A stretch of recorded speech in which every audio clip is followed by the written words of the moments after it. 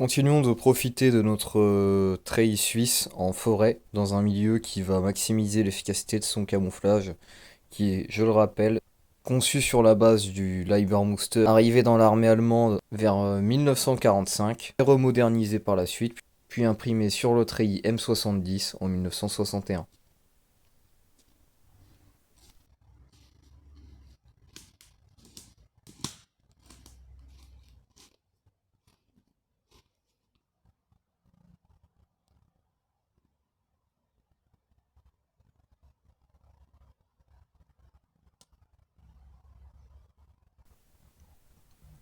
Voici le filet de camouflage implémenté directement dans la capuche qui va permettre de couvrir une lunette ou se camoufler le visage.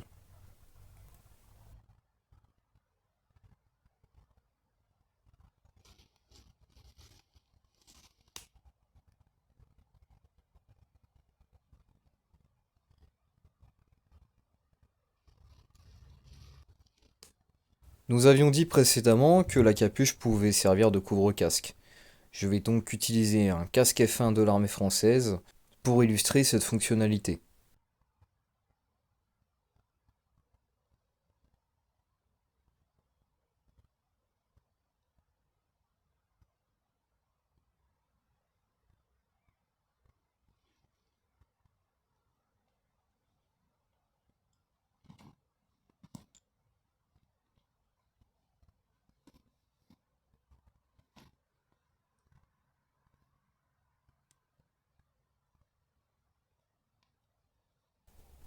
À présent, je vais me couvrir du poncho qui était distribué avec le treillis.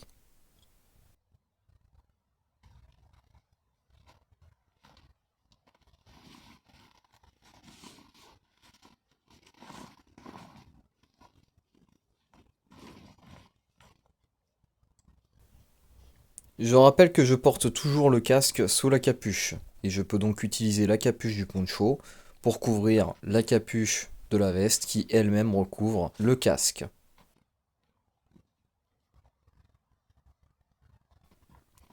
L'aspect du camouflage, étant donné que nous n'avons pas les mêmes matériaux, est légèrement différent. Cependant, cela n'empêche pas ce dernier d'être efficace. Comme vous pouvez le voir, le poncho suisse est extrêmement ample.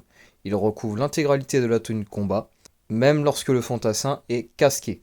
À l'époque, dans l'armée suisse, il n'y avait pas de gilet pare-balles. Éventuellement, il pouvait y avoir des gilets de combat, là encore avec le camouflage TAS 57.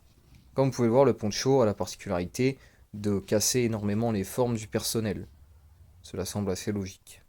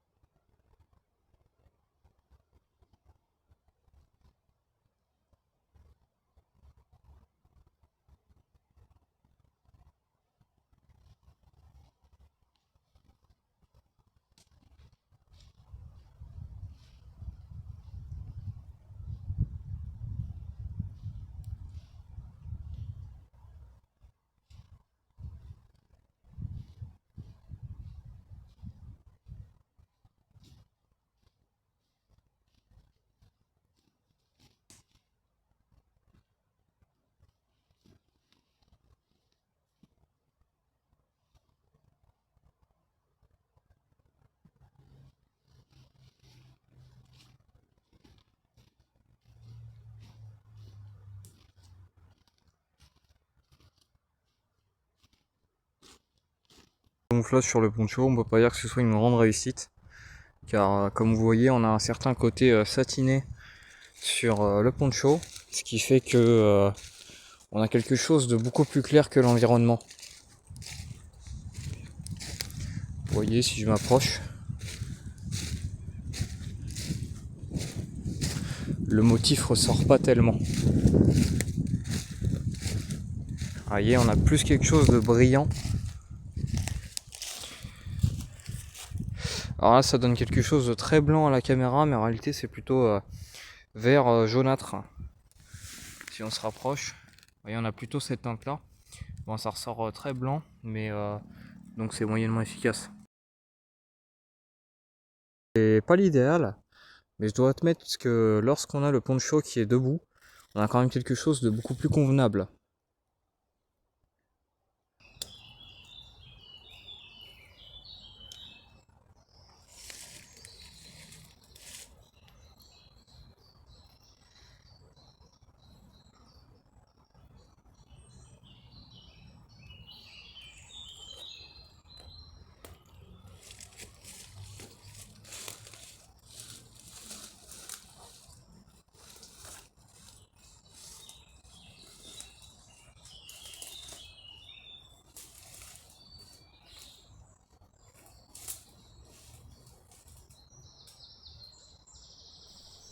Comme vous pouvez le voir, en plein été, dans un environnement parsemé de verre, le camouflage TAS57 est peu efficace, voire totalement inefficace. Il va avoir tendance à attirer l'œil et à créer des incohérences dans l'environnement, si vous vous trouvez entouré uniquement de feuilles vertes. La version suivante, le TAS90, serait donc bien plus adapté pour ce type d'environnement.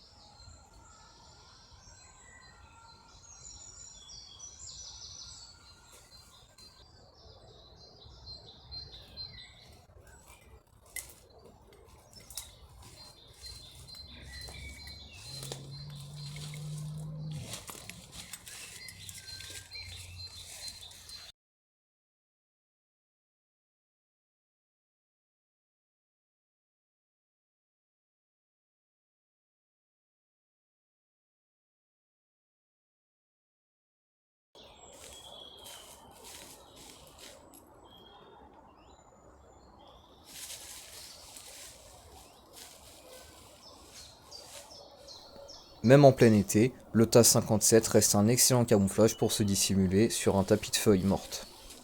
Le bariolage TAS90 récupère l'efficacité que nous n'avions pas sur le bariolage TAS57 dans des environnements très verts.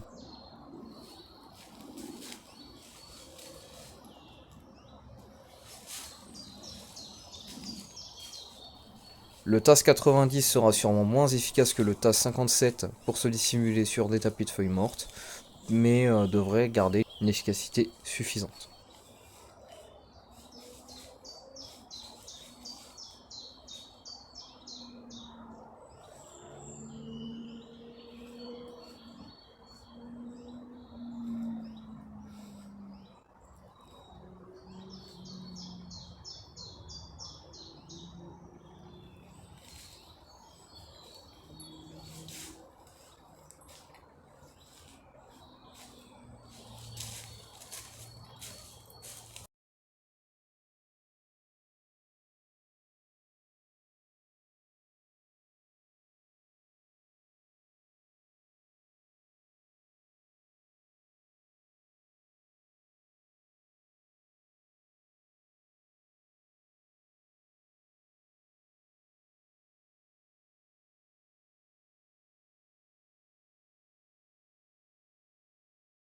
C'est ici que s'achève cette vidéo, je vous invite à vous abonner à cette chaîne YouTube si vous souhaitez voir de nouvelles vidéos sur le matériel militaire utilisé par l'armée française. Par ailleurs, si cette vidéo vous a plu, je vous invite à mettre un pouce bleu et à laisser un commentaire. C'est un petit geste, mais c'est grâce aux peu de gens qui font ça que mes vidéos gagnent en visibilité. Cette vidéo peut contenir des informations erronées, des erreurs ou laisser des imprécisions. Je vous invite, si vous avez plus d'informations, à les partager dans les commentaires.